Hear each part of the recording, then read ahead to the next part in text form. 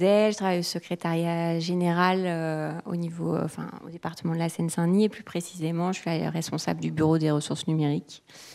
Donc, je vais vous parler aujourd'hui du projet WebNote, qu'on a un petit peu commencé en avril 2018, et que mon bureau a récupéré réellement en septembre. Donc, on est au tout début. Donc là, on va vous présenter un petit peu en fait la maquette qu'on a développée en commun avec Atoll pour vous présenter un petit peu ce qu'on a prévu. Donc le but au CD93, c'est de dématérialiser. On a déjà une bonne avance, on va dire, sur la dématérialisation notamment des actes, et puis on l'a vu aussi au niveau des marchés. Et donc, le but, en fait, c'était de gagner un petit peu d'efficacité. Actuellement, on est vraiment dans le système classique. Donc, en fait, le parapheur, l'impression, la réimpression, la réimpression. Donc, l'idée, en fait, c'est de mieux rechercher nos notes, de pouvoir savoir où elles sont à n'importe quel moment, et de pouvoir aussi gérer la création de la note beaucoup plus facilement sans les multiples modèles qu'on peut connaître, je suppose, chez vous aussi. Donc, l'application Alfresco, elle répond déjà à beaucoup de besoins, mais elle n'était pas très ergonomique pour pouvoir, en fait, proposer ce système aux collègues, on va dire, à tous les agents. Et l'objectif, c'est d'obtenir une application simple et pour les gestionnaires de cette application qui vont se trouver chez nous, et aussi pour les utilisateurs, et surtout pour les utilisateurs. Donc, oui, merci. Alors, je vous laisse méditer sur cette grande phrase. Et je vais essayer de vous faire cette petite démo. Voilà. Donc, là, je vais reprendre un petit peu ce qu'on a imaginé. Alors là, ça, c'est le schéma global qu'on a un petit peu déterminé ensemble. Donc, l'idée, c'est de partir d'une note qu'on est en train de rédiger dans une direction ou un service, et de pouvoir passer par différentes personnes. Donc, on a donné différents rôles. Donc, pour les rôles, on va avoir un pilote qui va concrètement être plutôt le secrétariat de direction ou de service, qui va en fait préparer toutes les infos de la note. Et ensuite, on a un rédacteur. Donc, ce rôle, je pense, va être un petit peu commun. C'est-à-dire, soit on aura un pilote et un rédacteur qui va réellement rédiger la note, soit on aura un pilote-rédacteur qui fera les deux. Ensuite, on a un rôle de vérificateur. Donc, on peut y en avoir plusieurs à différentes étapes. Donc, chacun vérifie la note, peut apporter des compléments, peut tout modifier, peut changer et ajouter aussi des vérificateurs. Et ensuite, on a l'approbateur. Donc, c'est celui qui va, en gros, valider la note au final. Et on a aussi deux autres rôles. Donc, le lecteur, c'est celui qui peut suivre la note à n'importe quelle étape et puis voir un petit peu où elle en est. Et bien sûr, la dernière personne, et pas des moindres, c'est le destinataire. Donc, c'est celui ou ceux qui vont recevoir la note qui sera diffusée de façon électronique, bien entendu. Donc, oui, c'est ce que je suis en train de faire. En sachant qu'il faut, enfin, une des problématiques, comme l'a dit Justine, auxquelles il fallait répondre, c'est aussi la partie entre guillemets intégration bureautique, quoi. Aujourd'hui, ouais, comme c'est des notes qui sont rédigées de manière justement avec les outils bureautiques classiques sur le bureau, donc se pose la question des modèles. Voilà, le but, c'est on a voulu simplifier, on a obtenu aussi cet aval, c'est d'essayer de simplifier les modèles en n'en ayant que deux. Donc, information, décision, et pour toute la collectivité, et que donc, les agents n'aient plus qu'à, une fois qu'ils ont rempli les données, ils chargeront ils initialiseront leur note, et en fait, le modèle se chargera automatiquement, et ils pourront travailler en fait directement en ligne au sein même de l'application. ce qui va quand même résoudre beaucoup de problèmes de sauvegarde, etc. Là, il y aura vraiment un suivi donc du coup un suivi également des modifications au niveau des étapes vérificateurs. Là, on revient bien sur aussi les apports d'essayer de dématérialiser le processus, c'est-à-dire d'essayer d'arriver à quand même avoir une harmonisation des documents qui sont produits, faciliter à la fois la création, la validation et la notification, donc essayer d'industrialiser quand même les étapes pour qu'il n'y ait pas de réimpression, ce qu'on a dit, réimpression, sortie, enfin d'essayer de garder la démat du début à la fin, quoi. Et avec un travail sur l'ergonomie qu'on va représenter sur la maquette, d'essayer d'intégrer l'édition bureautique au sein même de l'application. C'est-à-dire que l'utilisateur n'est pas à sortir de son application métier pour éditer sa note. Donc ça, c'était quand même un point clé, en sachant que du coup, ça s'est appuyé sur un autre projet qui est mené en collaboration avec le conseil départemental. Du coup, alors le conseil départemental avait fait un choix LibreOffice. Donc, en parallèle, il y a la mise en place d'un serveur Collabora, du coup, pour faire de l'édition en ligne avec LibreOffice en mode collaboratif. Donc ça, on s'appuie du coup sur ce projet-là. Le projet WebNote s'appuie aussi sur la mise en œuvre de ce projet du coup collaboratif. Donc, et ce qui permet du coup en termes de développement d'avoir une intégration complète en fait du processus au sein d'une petite application métier très simple. Alors on y reviendra dans les démos de l'après-midi. Donc c'est une application qui s'appuie sur le nouveau framework de développement Alfresco ADF. D'accord, c'est parti. Ça marche. Donc en fait, c'est une petite maquette dynamique qu'on va vous présenter. Ça nous a été très utile au département afin de pouvoir présenter en fait ce projet au niveau de nos directeurs ou directeurs généraux adjoints. Et c'est beaucoup plus parlant que des spécifications. Donc du coup, ça nous a vraiment été utile. On est encore en train de modifier 2-3 petites choses, on va dire, mais on est très bien avancé. Donc, ce que je vais faire, c'est que je vais me pencher plus sur le rôle du pilote rédacteur, on va dire, et ensuite, on va parler au niveau, on va regarder le rôle du vérificateur et de l'approbateur plus précisément, puis après, s'il y a des questions, on reviendra. Donc, le rôle du pilote, c'est celui qui prépare la note. C'est lui qui va donc cliquer sur ce bouton que vous voyez en haut, la nouvelle note, et qui va avoir cet écran s'afficher.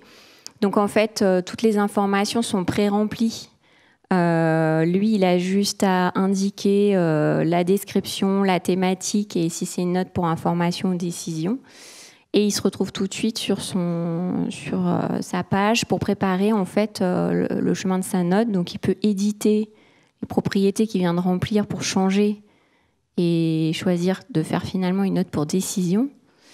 Donc, du coup, il va enregistrer ses modifs. Il va initialiser le document et donc là, le modèle va se charger. Donc, on a préparé un petit modèle. Et donc, ensuite, il va préparer le chemin de sa note. Donc, ah oui, il peut ajouter un commentaire, me souffle Sophie. À chaque fois, je l'oublie. Donc, on peut ajouter un petit commentaire. Ces commentaires seront visibles par toutes les personnes qui ont accès à cette note. Et ça permettra de donner des petites informations supplémentaires qu'on ne veut pas forcément voir figurer sur la note. Donc, on peut ajouter, donc, bien sûr, autant d'annexes qu'on le souhaite, les prévisualiser. Donc, et ensuite, on va préparer en fait tous les rôles et choisir le nom des personnes qu'on veut voir figurer dans le chemin de validation. Donc là, on a choisi les pilotes, les rédacteurs et les lecteurs. Donc le pilote, ça peut être moi et quelqu'un d'autre pour qu'on soit en concurrence et qu'on puisse chacun apporter des modifications sur les métadonnées qu'on a remplies.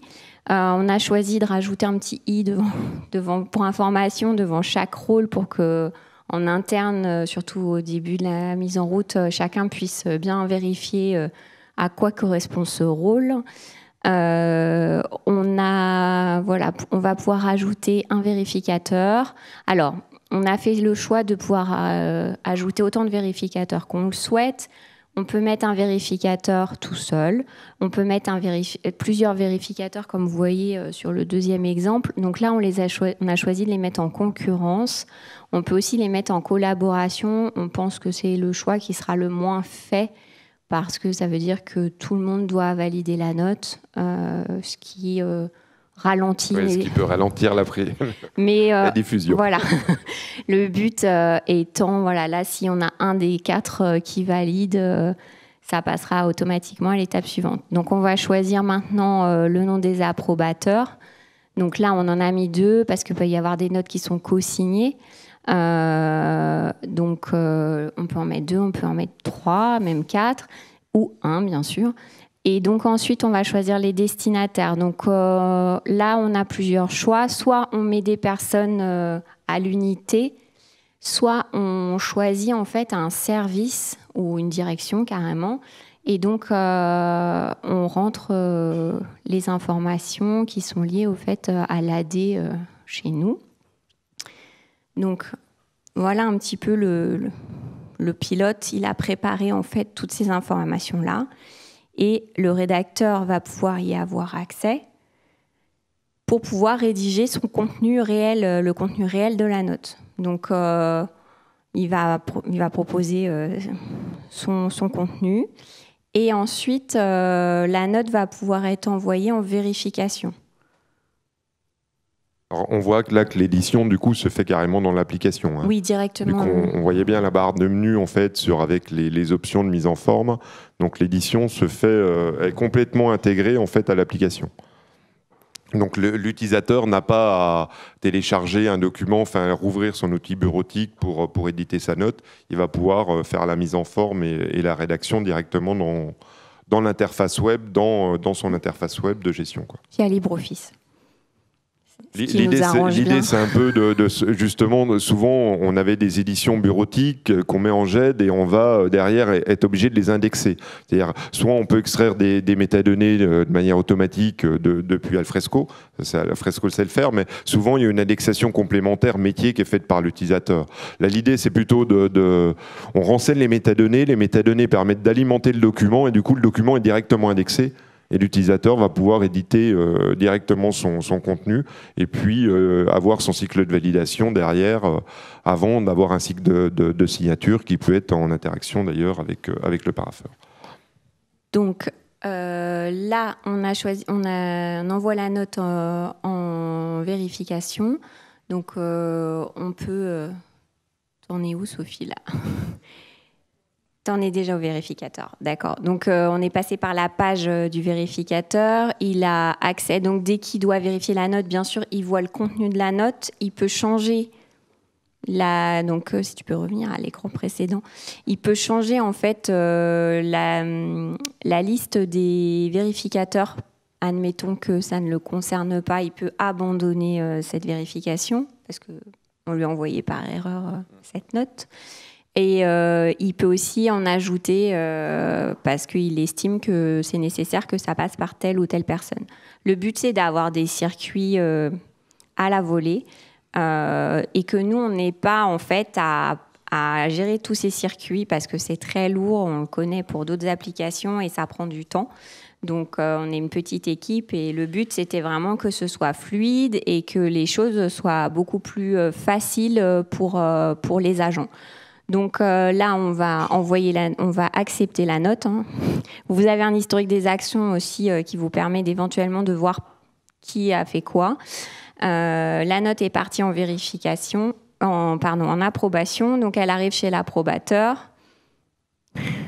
C'est moi qui vais trop vite cette fois-ci. Donc l'approbateur, lui, on lui a fait une page d'accueil assez simple en fait pour que ce soit beaucoup plus lisible. On s'est dit que nos approbateurs, chez nous, ça va être beaucoup nos directeurs généraux adjoints et notre directeur général des services. Donc ils ont déjà beaucoup de choses. Le but, c'est d'avoir quelque chose de très simple pour qu'en fait, ils aient juste à cliquer « Je consulte », « J'approuve » ou « Je n'approuve pas cette note ». Et donc là, on va lancer dans mes tâches. Voilà, vous voyez, on leur a mis des petits boutons de couleur pour que ce soit vraiment facile et lisible. De toute façon, même s'ils choisissent de valider, ils sont obligés d'ouvrir la note pour voir de quoi il s'agit. Et voilà. Et quand ils vont approuver la note, ils vont avoir un dernier message. Êtes-vous sûr de vouloir diffuser cette note? Parce qu'on a découvert qu'en interne, les diffusions, c'était tout un sujet. Chacun doit accepter ou pas la diffusion générale. Donc, du coup, on a rajouté cette petite information. Et donc, jusqu'à la dernière minute, il peut modifier les destinataires. Je pense que ça va répondre aux besoins qu'ils avaient exprimés. Voilà, donc... La note est partie et bien entendu, le destinataire peut consulter la note. Il lui arrive directement dans l'application via une notification, bien entendu. Voilà. Merci. Court. Non, mais c'est bien. Donc, vous voyez, vraiment, l'idée, là, c'était d'intégrer l'édition bureautique directement dans l'application. Et puis, moi, j'avais une question. Oui. Le vérificateur, il peut modifier encore ou... Oui, il peut modifier. Ouais. À tout moment, ils peuvent modifier, sauf le lecteur. Le lecteur, il peut juste suivre la note. Ouais. Peut être un collègue, parce qu'on veut qu'il suive ce sujet particulièrement, mais lui, il ne pourra pas faire de modification. Le vérificateur, peut modifier sûr, oui. Du coup, toutes les informations, toutes les métadonnées, il a accès comme le pilote rédacteur, en fait. Enfin, le pilote, pardon. Donc ça permet il peut modifier le contenu et changer les règles de notification et de vérification dynamiquement, directement. Et ce que j'ai omis de dire, c'est que chaque rôle un vérificateur peut aussi être lecteur, il peut être pilote. Ouais. Ça dépend du sujet, de ce qu'il a à faire. Un chef de service peut très bien être pilote et rédacteur pour lancer une note dans un circuit, ou l'inverse, il peut être vérificateur. Donc, ou même le directeur général des services peut être pilote parce qu'il a une note à rédiger pour le cabinet de la présidence. Voilà. D'accord. Et ça fait combien de notes de service Alors, le nombre exact, je ne le connais pas. Oui, parce qu'il y en a énormément, c'est ça, du coup? Beaucoup. Ouais. Ouais. On me souffle beaucoup. Je n'ai pas le nombre exact, on ne s'est pas amusé à comptabiliser, mais... Donc là, c'est un développement qui s'appuiera sur ADF, si je ne me trompe pas. Du coup, qui sera présenté par Nicole. ADF pour Alfresco Développement Framework. Donc ça sera présenté cet après-midi par Nicolas. Donc l'idée, c'était en effet de travailler sur l'ergonomie pour être au plus près du circuit d'édition, de validation et d'essayer de prendre en compte les contraintes liées à la note, le fait de pouvoir changer dynamiquement les vérificateurs, de pouvoir changer la liste de diffusion, enfin éventuellement modifier les listes de diffusion aussi de manière dynamique. Et puis, du coup, c'est vrai que d'intégrer la bureautique directement dans l'application, d'éviter qu'il y ait toujours ce check-in, check-out du produit ou l'édition en ligne avec l'outil bureautique, mais d'essayer d'intégrer directement l'édition bureautique dans l'outil avec la gestion des modèles. Donc, Alfresco permet de générer des documents à partir de modèles. Et ça permet aussi de normaliser et puis d'harmoniser la fabrication et la diffusion, quoi. Vous avez des questions? Oui, bonjour, je suis Olivier Collin de la métropole de Lyon, service informatique. Alors, à la métropole, on a une idée de faire un peu similaire sur un processus qui, chez nous, est la note au président. Et ma question, c'était est-ce que dans votre projet, vous avez aussi l'idée de prendre en compte un retour attendu à une note diffusée? Par exemple, une note pour décision, on attend un retour. la prise en compte de ce retour dans un processus dématérialisé avec un archivage du retour.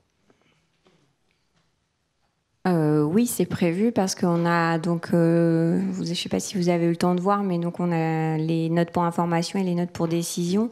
Donc au niveau du destinataire, on peut avoir un retour. Faut qu'on travaille encore un petit peu là-dessus, mais le but c'est ça, c'est non seulement à l'étape collectivité, mais après, enfin, dans la collectivité. Ensuite, on doit pouvoir envoyer les notes au cabinet de la présidence, donc au président, par exemple, vu ce que vous dites. Donc oui, bien sûr, ça fait partie du projet. C'est-à-dire que sur une décision, du coup, il pourrait y avoir des documents associés à la note en retour pour... Oui, il y a une réponse qui est prévue. Comment ? La réponse à la note, il y a une réponse à la note et il y a en lien la métadonnée de la note pour décision. Donc c'est déjà prévu dans ce qu'on va faire. Donc ça fait, en fait, c'est qu'une nouvelle note, mais qu'il y a juste une métadonnée en plus. Il y aura un lien entre la note pour décision et la décision, du coup. D'accord. Merci. Justine, tu peux nous parler un peu de la création des comptes et vu de ton expérience que tu nous as demandé. Donc, en fait, on a voulu éviter les créations de comptes et la gestion. J'ai changé de service, j'ai changé de direction, j'ai quitté la collectivité. En fait, je suis revenue dans la collectivité. On le vit au quotidien avec l'application WebDélib. Donc là, on le gère parce qu'on est deux et ça va. Si en plus, on a le projet WebNote, c'était pas possible de gérer ça en plus. Donc, on s'appuie du coup sur les informations fournies par l'AD en interne. Et donc, en fait, quand on va créer une note, générer une note, on va automatiquement avoir les informations qui nous concernent, qui sont remplies. Le service, le nom, le prénom, enfin tout ça, ce sera déjà géré en fait par l'application. Et le but aussi, c'était de pouvoir soulager l'équipe sur ce genre de problème. Ok. Vous avez d'autres questions ?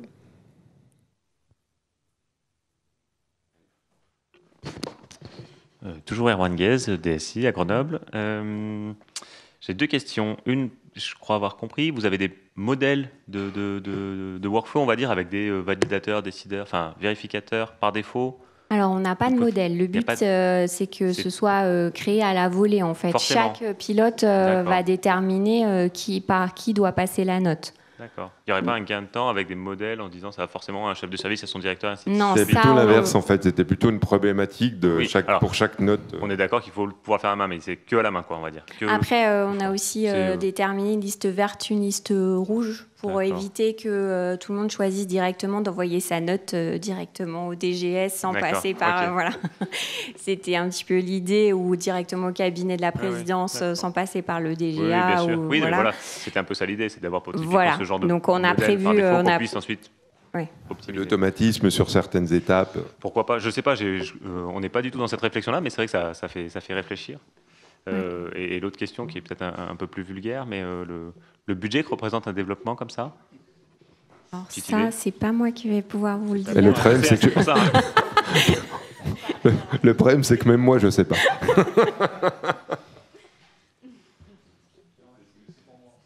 Bon. C'est chez Nicolas, en fait. J'ai reparlé avec Nicolas. En sachant que c'est un projet qu'on trouvait motivant parce que, on trouvait l'idée intéressante, le fait parce que c'est une problématique des maths, c'est vrai que c'est bien aussi notre boulot, c'est d'améliorer le quotidien des agents, quoi, quelque part. Et là, on est vraiment dedans parce que il y en a énormément de produits. C'est un travail qui est quotidien, quoi. Je veux dire, il y a beaucoup d'informations qui circulent autour de ça. Il n'y avait pas vraiment d'outils. Il n'y a pas vraiment d'outils de gestion de notes, quoi. Et on se disait que du coup, avec la GED, il y avait déjà pas mal de fonctions, la gestion des modèles, la génération d'un document depuis un modèle, la gestion des métadonnées, des commentaires, la prévisualisation. On avait déjà pas mal de fonctionnalités qui étaient disponibles côté Alfresco pour essayer de motoriser, d'industrialiser un peu ce processus, quoi. Après, le challenge était la partie bureautique quand même aussi, l'intégration avec la partie bureautique. Donc là, c'est vrai qu'on a pu s'appuyer sur un autre projet au niveau du département avec la mise en place bon, historiquement, qui avait déjà fait un choix assez ancien de LibreOffice, enfin OpenOffice, LibreOffice, et puis du coup du projet Collabora pour travailler sur l'édition bureautique en mode collaboratif autour de LibreOffice. Donc ça, c'est vrai que le fait d'avoir ce travail-là qui a été fait a pu vraiment aussi à participer à la mise en place de ce projet, quoi.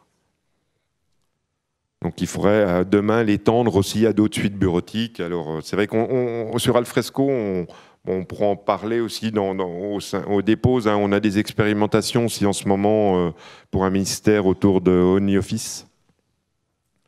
Et puis bon, historiquement, il y a de l'interaction avec les suites Microsoft côté Alfresco se pose, on en reparlera aussi, les problématiques après d'interaction plus sur l'édition en ligne avec les solutions Microsoft au sein même d'Alfresco. Un peu plus compliqué. Oui, édition simultanée, oui. On peut avoir plusieurs personnes qui collaborent sur la note, du coup, en termes de rédaction, quoi. Donc ça, c'est vraiment intéressant.